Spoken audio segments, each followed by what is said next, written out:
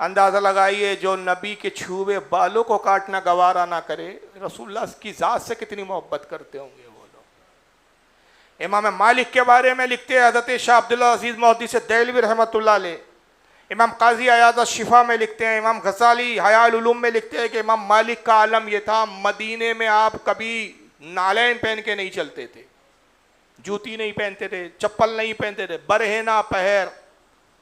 اور آج اسی چیزوں کو لوگ بریلویت بولتے ہیں، طنز کرتے ہیں جاہل جوہلا جن کو معلوم ہی نہیں ہے کہ ادب کیا ہوتا ہے، تعظیم کیا ہوتی ہے، محبت کیا ہوتی ہے، بدعتوں کے نام دیتے ہیں خبیث، اس کو پڑھتے کچھ ہے ہی نہیں یہ لوگ۔ امام مالک جو مسلک کے امام ہیں، 4 ائمہ میں سے ایک ہے، اور ان کے بارے میں حدیث پاک میں آتا آقا فرماتے کہ ایک وقت یہ آئے گا کہ علم حدیث میں مدینے سے بڑا کوئی عالم روئے زمین پر کوئی دنیا نہ پائیں گی۔ لوگ کہتے ہیں یہ حدیث امام مالک کے بارے میں آئی ہے۔ ایک وقت یہ تھا کہ امام مالک سے بڑا پورے مدینے میں کیا بلکہ پورے عرب میں کوئی ان سے بڑا محدث نہیں تھا۔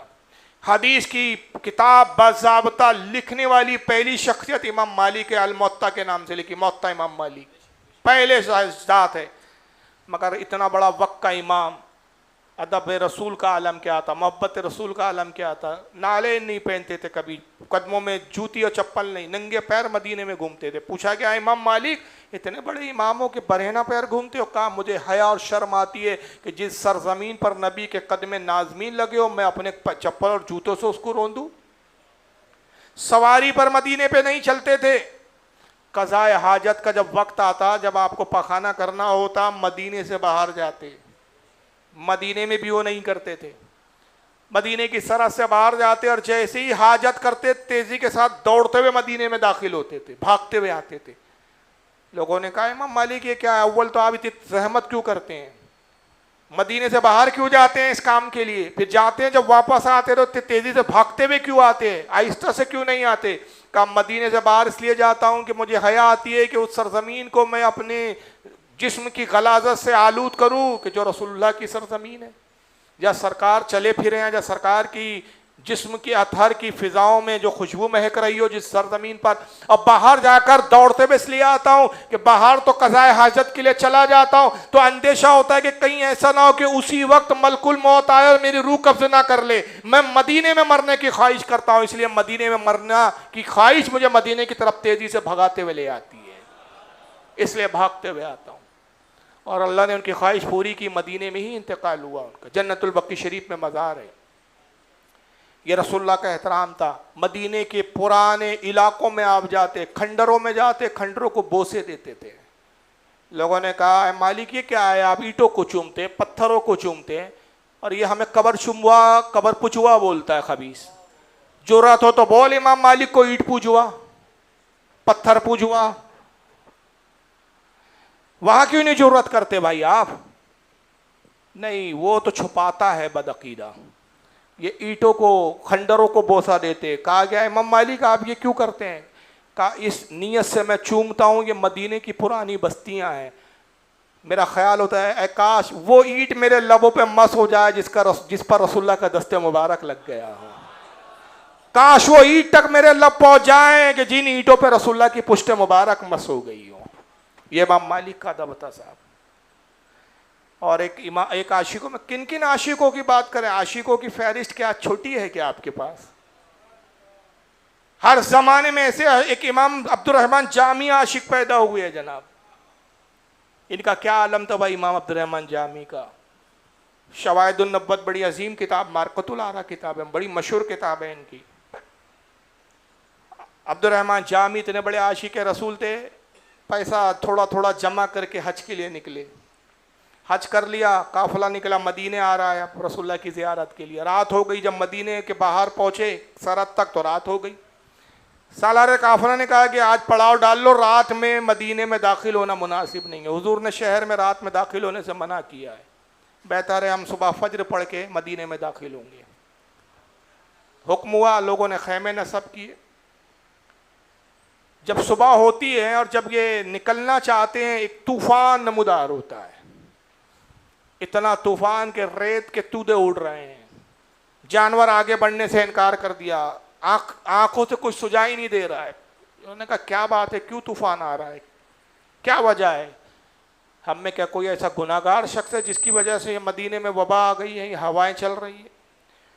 دعائیں کرنا شروع کیا قافلے والوں نے، بڑے مشکل سے طوفان تھما، تبھی دیکھتے ہیں کہ صاحب مدینے کا گورنر چلا آ رہا ہے، قافلے کے قریب آیا، کہا میں مدینے کا گورنر ہوں، ساتھ میں کچھ سپاہی ہے اس کے، تو میں عبد الرحمن جامی کون ہے، جو ہیرات کے شہر جام سے آیا ہے، ہیرات ایران کا شہر ہے، ایران کے رہنے والے تھے، علاقہ تھا ہیرات، وہاں کا ایک قصبہ تھا جام، وہاں سے جامی کہلائے، یہ آگے بڑھے، میں ہوں عبد الرحمن جامی، کیا بات ہے؟ کہا رسول اللہ خواب میں تشریف لائے اور کہا کہ عبد الرحمن کو اجازت نہیں ہے کہ وہ میرے روزے پر آئے، اس کو روک دیا جائے، تو میں روک دیا گیا۔ لوگوں نے کہا اچھا یہ پاپی ہے، کچھ گناہ کر کے آیا ہے، اتنا بڑا پاپی ہے کہ رسول اللہ اپنی بارگاہ میں اس کو آنے کی اجازت نہیں دے رہے، اس کی وجہ سے ہمیں روکا گیا ہے۔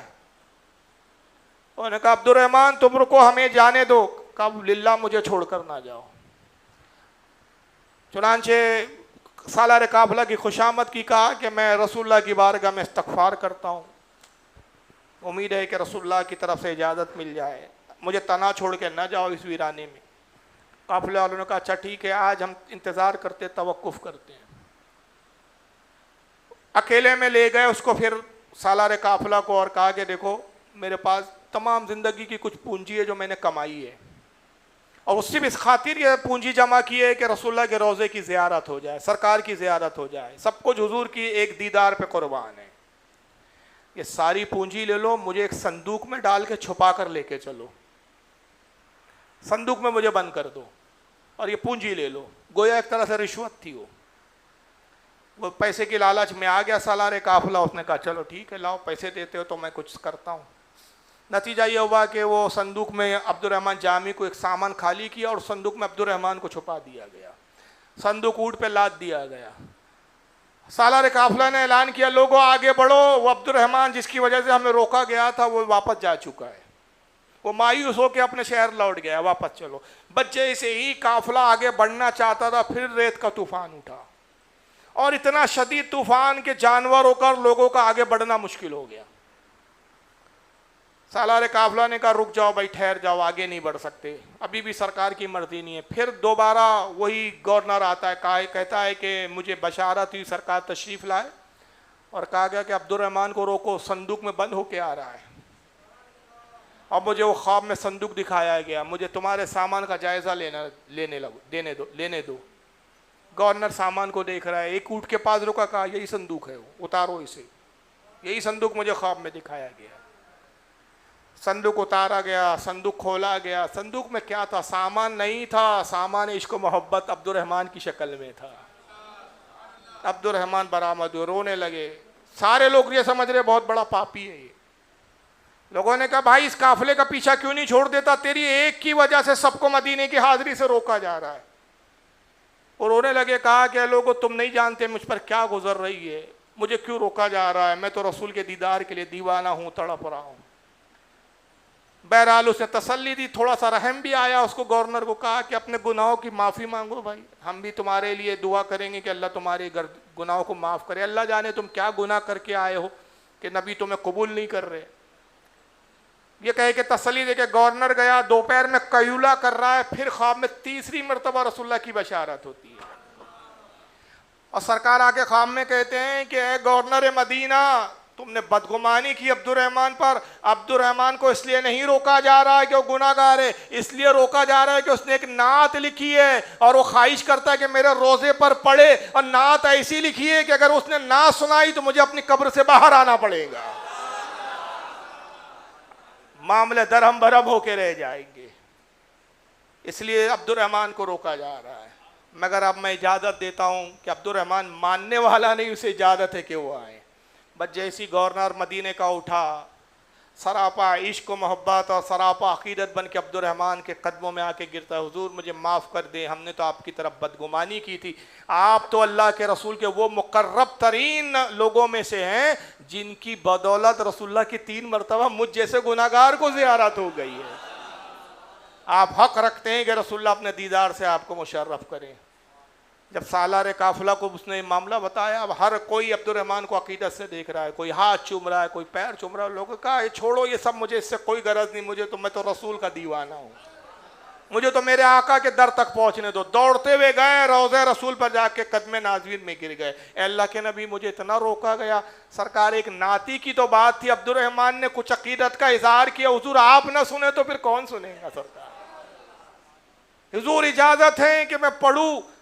راوی کہتے ہم نے اپنی آنکھوں سے دیکھا, قبر مبارک شک ہوئی, سرکار بنفس نفیس بہار تشریف لائے, ہزاروں کا مجمع حضور کو دیکھ رہا تھا. عبد الرحمن جامی کے سبب حضور نے کہا عبد الرحمن اجازت ہے, اب سنا نعت میں بنفس نفیس تیری نعت سنوں. اور عبد الرحمن جامی نے سنانا شروع کیا, تنم فرسردہ جاں پارا زی ہجرا یا رسول اللہ. یہی وہ نعت تھی جناب. ہم پہ تو کوئی کیفیت نہیں ہو رہی, اللہ جانے کیا انہوں نے جذبات تھے کہ جس جذبات کو سرکار نے قبول کر دیا. تنم فرسودہ جا پارا زی ہجرا یا رسول اللہ, دلم پس مردہ آوارا زی اسیا یا رسول اللہ. یعنی اللہ کے رسول آپ کی جدائی میں میرا جسم بیکار اور بے جان ہو گیا ہے. آپ کی جدائی میں میرا جسم بے جان ہو چکا ہے, اس میں جان ہی نہیں ہے, مردہ ہے گویا کہ. اے اللہ کے رسول گناہوں کی وجہ سے میرا دل نیم مردہ ہو چکا ہے, آدھا زندہ ہے اور آدھا مر چکا ہے. اے اللہ کے رسول مجھ پہ رحم کرے.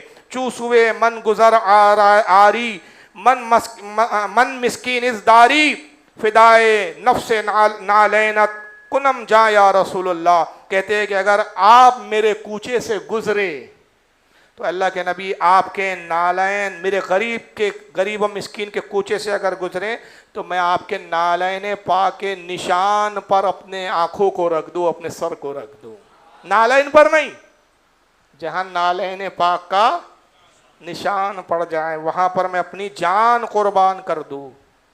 کنم جان کو میں فدا کر دوں آپ پر.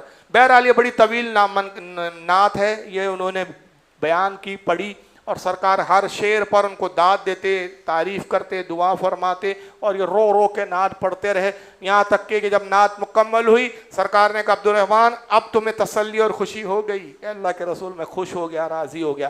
سرکار اپنے قبر مبارک میں تشریف لے گئے. عبد الرحمن نے کچھ دن قیام کیا مدینے میں.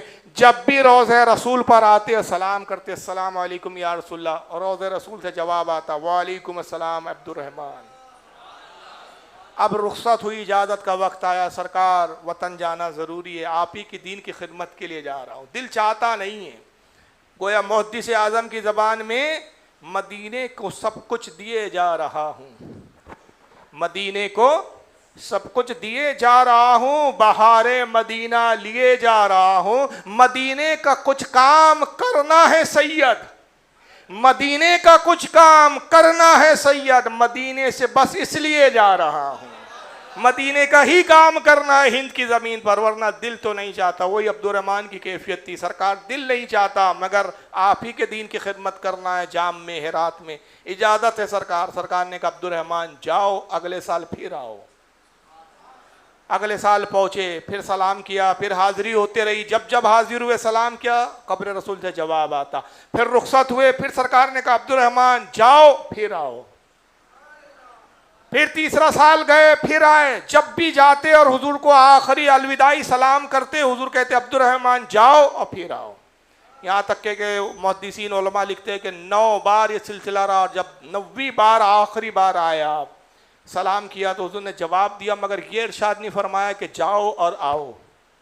پھر دوسری بار پھر اسی غرض سے سلام کیا کہ سرکار اس بار فرمائے, مگر حضور نے اس بار بھی نہیں فرمایا. تو عرض کرتے یا رسول اللہ, ہر بار ارشاد ہوتا تھا کہ جاؤ اور پھر آؤ, سرکار اس بار ارشاد نہیں ہوا. آقا نے کہا عبد الرحمن یہ تیری اور میری آخری ملاقات ہے, اب تم انتقال کر جاؤں گے. حضور کو یہ بھی پتا ہے کب کس کو کہاں مرنا ہے, کب موت آنی ہے.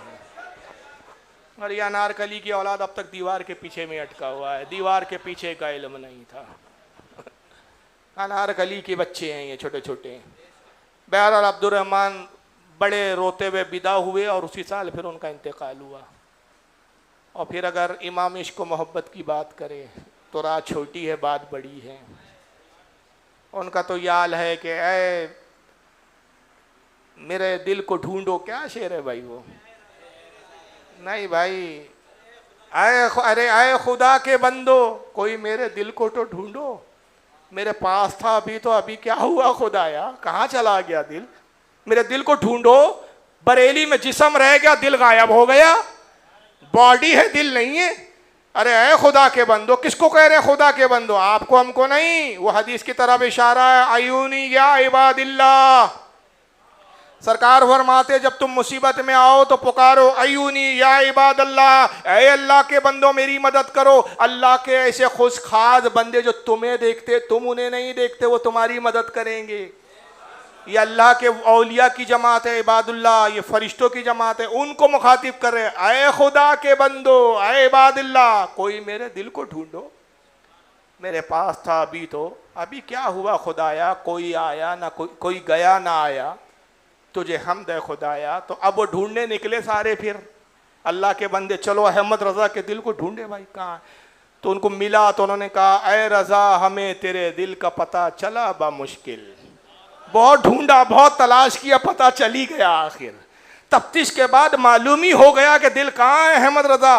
ہمیں اے رضا تیرے دل کا پتہ چلا بمشکل، در روضے کے قابل مقابل. ہمیں وہ نظر تو آیا مگر یہ نہ پوچھ کیسا پایا، یہ نہ پوچھ کیسا پایا. روضہ رسول پر پڑا ہوا تھا، بلک رہا تھا، تڑپ رہا تھا. کیا کیفیت تھی اب وہ ہم نہیں بیان کر سکتے. الفاظ نہیں ہمارے پاس، وہ کیفیتوں کے اظہار کے لیے جملے نہیں ہمارے پاس. یہ ایسے ایسے عاشق گزرے ہیں. تو بہرحال یہ سب صحابہ کرام ہو یا یہ ہو، یہ وہ عاشقان رسول تھے جنہوں نے ناموس کے لیے محبت رسول میں اپنے آپ کو فدا کر دیا تھا. اللہ تعالی ہم سب کو بھی ایسی محبت عطا فرمائے، اپنے نبی پر مرنے مٹنے کا جذبہ عطا فرمائے. کسی کو کوئی سوال پوچھنا ہو تو سوال پوچھ سکتے ہیں.